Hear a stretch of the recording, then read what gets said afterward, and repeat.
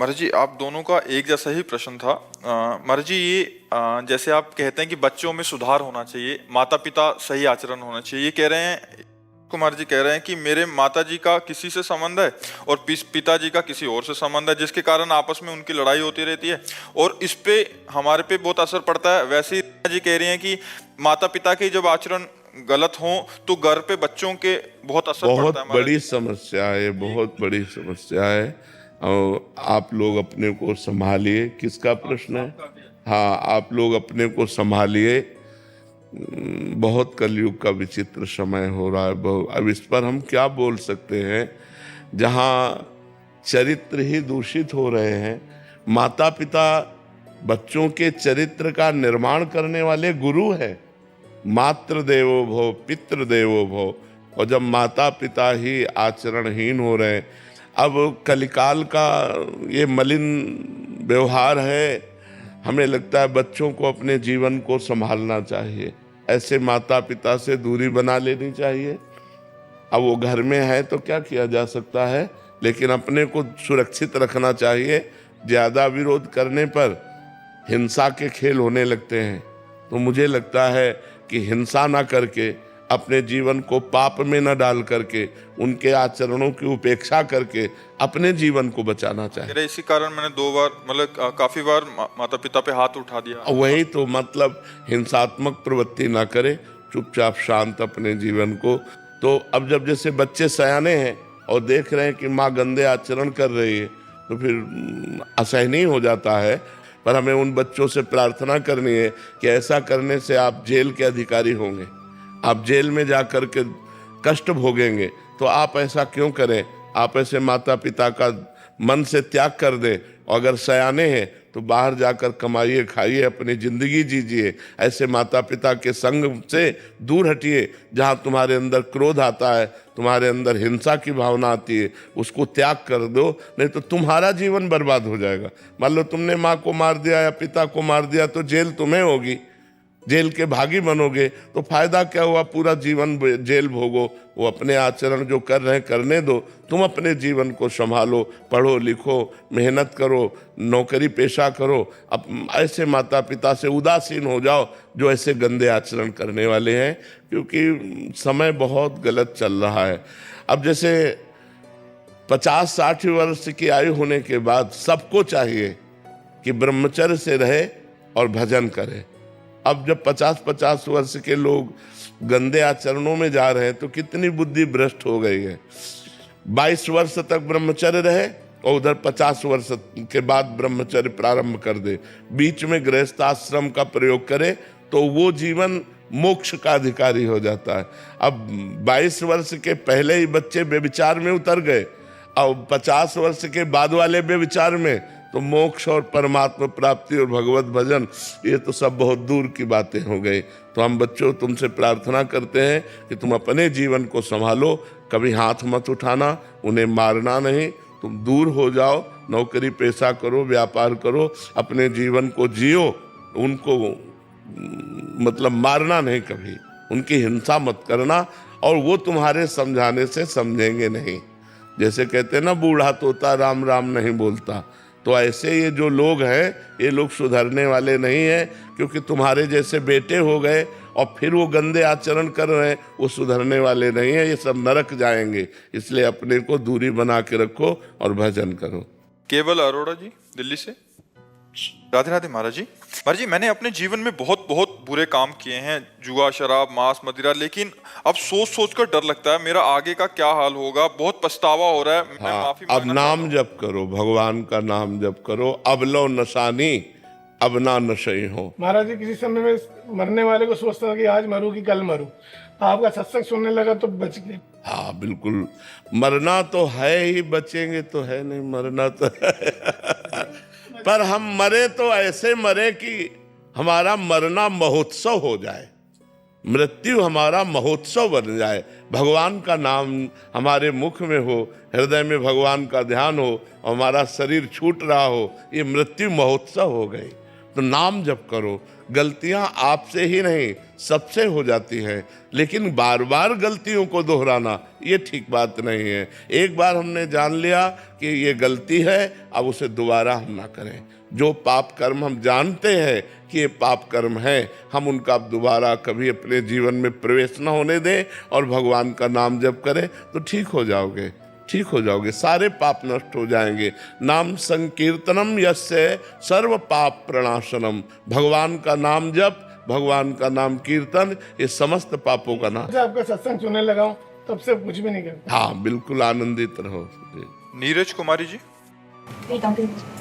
राधे राधे महाराज जी। महाराज जी, आपका सत्संग और एकांतिक वार्तालाप सुनते हैं और नाम जप भी करने का अभ्यास कर रहे हैं। महाराज जी, मैं अपना एक अपराध आपके आगे रखने आई हूँ कि जो जो दोष मैं दूसरों में देखती थी महाराज जी, वही मुझ में आने लग गए हैं महाराज जी। और बहुत जलन हो रही है महाराज जी। हाँ, ये बहुत पक्का सिद्धांत है कि हम जिसके दोष दर्शन करेंगे वो हमारे अंदर प्रकट हो जाएंगे। इसलिए हम किसी के दोष न दर्शन करें। ये आपका ही नहीं, ये हमारा भी अनुभव है। पर दोष दर्शन ये साधना में बहुत बाधक है। अगर किसी में दोष दिखाई दे तो उसी समय प्रणाम करके भगवान से प्रार्थना करनी चाहिए कि भगवान हमारी दृष्टि पवित्र कर दो, कि हम किसी के दोष न देखें, ये हमें व्यर्थ में गंदी बात दिखाई दे रही है। और अगर हमने मान लिया कि वो ये दोषी है तो वही दोष हम में आ जाएगा। पक्की बात है, ये आपका भी अनुभव है तो हमारा भी अनुभव है, और ये शास्त्र का अनुभव है, शास्त्र का आदेश है। पर दोष दर्शन, पर निंदा श्रवण, पर निंदा कथन, तीन बातों से साधक को बहुत बचना चाहिए। दूसरे की निंदा ना करे, दूसरे की निंदा ना सुने और दूसरे के दोष दर्शन न करे। अब जो हो गया उसमें सुधार कैसे? नाम जप करो, नाम जप करो, और जहां जहां जिस व्यक्ति पर दोष दर्शन वृत्ति जाए उसे प्रणाम करो तो ठीक हो जाएगा, फिर ठीक हो जाएगा। जैसे मुझे भी पता है कि हर जीव में भगवान का वास है, ये पता है मुझे, लेकिन फिर भी वो चीज मैं देख नहीं पाती हूँ। हाँ, ये साधना से देख पाते हैं। जब हम खूब भजन करते हैं ना और डट के भजन करते हैं, हमारी इंद्रियां पवित्र होती हैं तो परम पवित्र भगवान सामने नजर आते हैं। अभी हम त्रिगुण के अंतर्गत हैं। जब त्रिगुणातीत हमारी दृष्टि होगी तो इन्हीं में सब में भगवान विराजमान है, कोई बाहर नहीं है। सबके हृदय मंदिर में, मानव में ही भगवान नारायण हरि विराजमान है, कहीं दूर नहीं। सिय राम में सब जग जानी। पर ये स्थिति आती है भजन से। जब हम डट के भजन करेंगे तब ये स्थिति आएगी। कविता जी पुणे से। राधे राधे महाराज जी।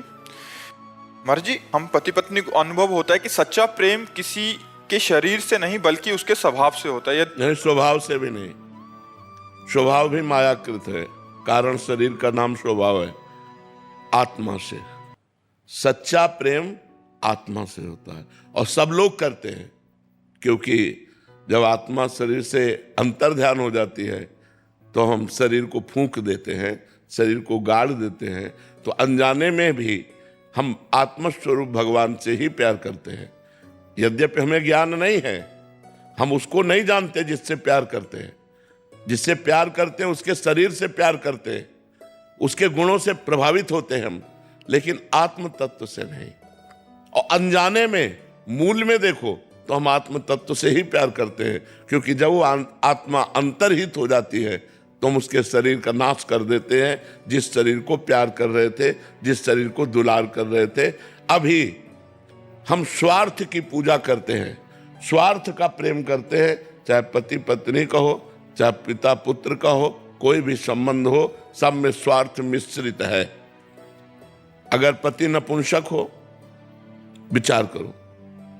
पति क्रोधी हो, पति अर्थ रहित हो, प्यार करके दिखाओ तो हम माने कि तुम्हारा प्यार है। प्यार स्वार्थ से हो रहा है, तुम्हारी वासनाओं की पूर्ति हो रही है, तुम्हारी कामना की पूर्ति हो रही, इसलिए तुम प्यार शब्द का प्रयोग कर रहे हो। जिस दिन तुम्हारी वासना की पूर्ति ना हो, तुम्हारी कामना की पूर्ति ना हो और वो तुम्हारे प्रतिकूल हो और फिर प्यार करके दिखाओ तो माने तुम्हारा, उसे कहते हैं प्यार। प्यार उसे कहते हैं जहां किंचन मात्र कोई अपने सुख की चाह नहीं, सामने वाले सुख की चाह होती है, उसे प्यार कहते हैं। और जिसमें अपने सुख की चाह होती है उसे प्यार नहीं कहते, उसे स्वार्थ कहते हैं, उसे काम कहते हैं, उसे राग कहते हैं, उसे मोह कहते हैं। शास्त्रीय शब्दों में उसे प्यार नहीं कहते। आज हमें बताओ समाज में कहाँ प्यार है? हम कह रहे चैन से जी लो, यही बहुत बड़ी बात है। वासनाओं का भूत सवार है। हम तो प्रणाम करते हैं उन दंपतियों को जो कम से कम लौकिक प्यार से ही सही धर्म से तो चल रहे, जी तो रहे हैं। नहीं तो ये साइड में किसी न किसी से संबंध बनाकर अपने पति की हत्या कर देना, या किसी अन्य लड़की से संबंध बनाकर अपनी पत्नी को नष्ट कर दे। अब ये चल रहे, ये जो क्रूर हिंसात्मक भाव चल रहे हैं, इनका त्याग करके हम कह रहे हैं राग ही कर लो, मोह ही कर लो, तो कम से कम हिंसा में तो नहीं उतरोगे। अपने पति से राग कर लो, अपनी पत्नी से राग कर लो, तो पाप तो नहीं करोगे। पराई पत्नी के साथ, पराए पुरुष के साथ जो संभोग किया जाता है, ये घोर पाप है। हमारा भारत देश कोई विदेश नहीं कि आज इसके संग कल उसके संग। तो अच्छा है, पर प्रेम नहीं, प्रेम शब्द नहीं। ये जो लोग कह देते हैं ना, मैं आपसे प्रेम करता हूं, प्रेम शब्द को कलंकित न किया जाए। प्रेम निर्मल भास्कर है, विशुद्ध है, और काम स्वार्थ युक्त है। हमारी कामना की बोले पहले प्रेम था, अब प्रेम नहीं रहा। नहीं, प्रेम सदा बढ़िबो करे, जो शशिकला सुवेश पै पूनो यामे नहीं, ताते कबो न शेष। इसलिए प्रेम सिर्फ भगवान से किया जा सकता है, क्योंकि भगवान पूर्ण है, और पूर्ण प्रेम से अपूर्ण से क्या प्रेम। तो ये बात समझनी। आजकल जो लोग कहते हैं ना प्यार भगवान का स्वरूप है, बिल्कुल विशुद्ध स्वरूप है, लेकिन तुम प्यार कहाँ कर रहे हो? तुम तो काम कर रहे हो, क्रोध कर रहे हो, लोभ कर रहे हो, मोह कर रहे हो, राग कर रहे हो, प्रेम कहाँ कर रहे हो? आकाश जी, राधे राधे महाराज जी। महाराज जी, आप कह रहे हैं कि कुछ दिनों तक तो भगवान में खूब श्रद्धा प्रेम बना रहता है महाराज जी, पर बीच में मन संसार में विषयों में लग जाता है, जिस कारण प्रभु से प्रेम विरत हो जाता है महाराज जी। ऐसे में जब हमारे द्वारा गलत आचरण हो जाएंगे, मन मलिन होगा, तो भगवान में नहीं लगेगा। पापवंत कर सहज स्वभाव, भजन मोर ते भाव न काऊ। जहां पाप बन गया, फिर भजन में मन नहीं लगेगा, भगवान में अश्रद्धा हो जाएगी। और जब हमारा मन निष्पाप होता है, तो हमें भगवान प्राण प्यारे लगने लगते हैं। निरंतर भगवान का स्मरण चलता है, और अपार दृढ़ विश्वास भगवान में होता है, अपार श्रद्धा होती, जो हमारा हृदय पवित्र होता है। तो हमें चाहिए कैसी भी परिस्थिति हो, भगवान का नाम जप न छोड़े। अगर हमसे कोई गलती भी हो जाएगी तो नाम पवित्र कर देगा। कोशिश करे गलती ना बने, पर यदि चूक बन जाए तो नाम भगवान में अपार सामर्थ्य है, वो तुम्हारे पापों को नष्ट कर देंगे। और हमारे देश में परम पवित्र तीर्थ है, कभी कभी जाना चाहिए। तीर्थराज प्रयाग जाकर संगम स्नान करे, नहीं है तो आसपास कहीं गंगा यमुना नदी, उनमें अवगाहन करे। बहुत परम पवित्र तीर्थ है, काशी है, द्वारिकापुरी है, बहुत केदारनाथ, बद्रीनाथ, ये सब ऐसे परम पवित्र धाम है जिनके दर्शन मात्र से पाप नष्ट होते हैं। तो तीर्थ यात्रा भी साल 6 महीने में कभी एक बार करनी चाहिए, और एकादशी उपवास करना चाहिए, नाम जप करना चाहिए, जिससे हमारे द्वारा भूल चूक से हुए पाप नष्ट हो जाएं। एकादशी रहते हो? रहता था प्रभु, अभी नहीं, अब आज से रहो। हम नियम से, ऐसा नहीं कि कभी रहे कभी नहीं, ये सब करना चाहिए, क्योंकि हमारे द्वारा कुछ न कुछ पाप हो ही जाते हैं, तो ये सब भस्म हो जाते हैं। जैसे व्रत उपवास किए ना, उससे पाप नष्ट होते हैं। तीर्थ अवगाहन के, स्नान किए, उससे। ये पिकनिक मनाने वाला तीर्थ ऐसे नहीं कि तीर्थों में गए, होटल बुक कर लिए, मनमानी पापाचरण किए, मनमानी खान पान, ऐसे नहीं। एक दिन उपवास करो और तीर्थों में जाकर स्नान करो, वहाँ के नियमों को समझो कि यहाँ कैसे, वहाँ पवित्रता का कोई कार्य मत करो। संसार में पाप किया तो तीर्थों में नष्ट हो जाएगा, और तीर्थों में पाप करोगे तो कहाँ नष्ट होगा। इसलिए बहुत सावधान रहना चाहिए। अभिलाष भट्ट जी, श्री हरिवंश, राधे राधे। राधे राधे महाराज जी। श्री हरिवंश महाराज जी, आपके चरणों में कोटि कोटि प्रणाम। महाराज जी, कई धर्म शास्त्रों में ये कहा गया है कि मानव सेवा ईश्वर सेवा है। हम सभी के लिए क्या मार्गदर्शन रहेगा आपका कि ईश्वर की सेवा प्रथम रूप से करें कि मानव सेवा प्रथम रूप से करें? बात सत्य है कि ईश्वर के सिवा कुछ नहीं है। मत्तः परतरम नान्यत किंचिदस्ति धनंजय। भगवान श्री कृष्ण कह रहे हैं, हे अर्जुन, मेरे सिवा कुछ नहीं है। वेद कहता है, सर्वम खलमिदम ब्रह्म नेह नानास्ति किंचन। ब्रह्म के सिवा कोई दूसरा नहीं है। हमारी ब्रह्म भावना सब में नहीं है। कहीं स्त्री है, कहीं पुरुष है, कहीं जड़ है, कहीं चैतन्य है, कहीं उत्तम है, कहीं अधम है। यही हमें अपनी दृष्टि सुधारनी है। हम मानव को मानव मानकर सेवा करेंगे तो पुण्य मिलेगा। अगर मानव को भगवान मानकर सेवा करेंगे तो उपासना बनेगी, अध्यात्म पुष्ट होगा। अध्यात्म पुष्ट होने से मोक्ष होता है, पुण्य होने से बंधन होता है। पुण्य का बंधन है, पुण्य का बंधन सुख भोग है, पाप का बंधन दुख भोग है। लेकिन अध्यात्म दोनों बंधनों से मुक्त करता है, पुण्य और पाप दोनों का नाश करके भगवत प्राप्ति कराता है। इसलिए मानव की ही नहीं, प्रत्येक जीव की भगवान का स्वरूप मानकर आराधना की जाए तो हमारा अध्यात्म मार्ग पुष्ट हो। यदि हम भगवत भाव विहीन सेवा करते हैं तो वो पुण्य बनता है, वो अध्यात्म नहीं। तो इसलिए हम हर जीव में, चराचर में, जड़ चेतन जग जीव जत सकल राम मैं जानी, बंदों सबके पद कमल सदा जोरी जुग पान। उपासक वही है, अध्यात्मवान वही है जो चराचर जगत में भगवान को देखता है। जो शरीरों को देखता है, स्वभाव को देखता है, कर्मों को देखता है, गुण दोष को देखता है, वो अविवेकी है। विवेकी तत्व दृष्टि रखता है, ये पार्थिव दृष्टि नहीं। जी। स्वामी सर्वानंद जी हरिद्वार से। हरिओम। राधे राधे महाराज जी। महाराज जी आपके चरणों में कोटि कोटि प्रणाम। महाराज जी मैं अध्यात्म पथ का एक पथिक साधक हूँ, आत्मज्ञान व कल्याण हेतु प्रयासरत हूँ। महाराज जी मेरा प्रश्न है कि ईश्वर नित्य अविनाशी सर्वव्यापी है, तो ईश्वर द्वारा की गई लीलाएं भी नित्य होनी चाहिए। लीलाएं आज के संदर्भ में किस रूप में हो रही हैं तथा ईश्वर इन लीलाओं द्वारा हमारे जीवन के सत्य का ज्ञान हमें किस प्रकार कर रहा है? जब तक हम जड़ शरीर में आसक्त है तब तक हमारे अंदर दिव्य नेत्र प्रकट नहीं होंगे। हमारे 3 नेत्र हैं। ये जो 2 नेत्र हैं ये केवल पार्थिव त्रिगुणात्मिका माया के द्वारा रचे हुए दृश्य को देख सकते हैं। बुद्धि में जो ज्ञान नेत्र होते हैं उनसे आत्म स्वरूप का साक्षात्कार होता है, और मन में जो प्रेम नेत्र होते हैं उनसे भगवान की दिव्य लीलाओं का दर्शन होता है। जैसे स्वप्न में होने पर हमें जागृत अवस्था का भान बिल्कुल नहीं रहता कि एक स्थूल शरीर सैया पे पड़ा हुआ है। जागृत जगत का विस्मरण स्वप्न में जैसे हो जाता है, ऐसे जागृत में मोहाविष्ट होने के कारण दिव्यता का विस्मरण है। दिव्यता अपरिहित है, हमें कहीं नहीं दिखाई दे रही, और वो यहीं हो रही है। जैसे वृंदावन धाम है, दिव्य लीला क्षेत्र है, यहाँ भगवान की दिव्य लीला हो रही, पर ना वो हमारे अंदर ज्ञान है, ना हमारे अंदर दृष्टि है जिससे हमका वो अनुभव हो। जैसे विज्ञान के द्वारा पार्थिव शरीर के ढांचे का एक्सरा हो सकता है, सूक्ष्म शरीर का नहीं। आज तक कितना भी बढ़ गया हो विज्ञान, कि मन का एक्सरा कर लो, कि बुद्धि का, कि चित्त का, कि अहम का, इसका नहीं हो सकता।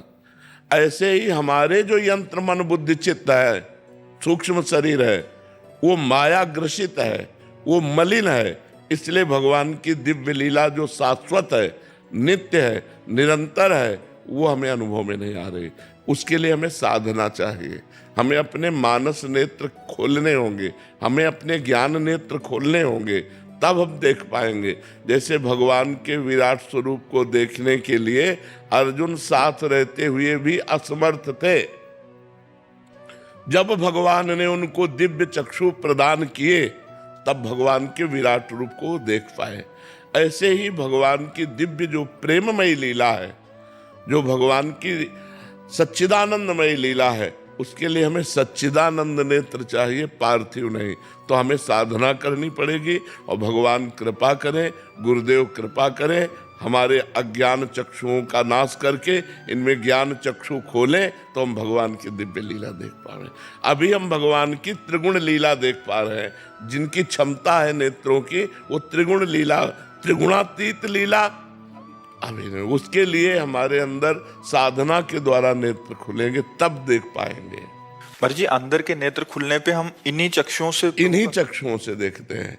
अंदर के नेत्रों का प्रकाश होता है और गोलक यही होते हैं, नेत्र गोलक यही होते हैं। और लेकिन त्रिगुणात्मिका माया का प्रभाव हट जाता है और सच्चिदानंद प्रभाव दिखाई देने लगता है, तभी तो फिर जड़ चैतन्य नहीं दिखाई देता। गोपी जन देख रहे, जित देखूं तित श्याम मई है। उनकी जिधर दृष्टि जाती है उन्हें अपने श्याम सुंदर दिखाई दे।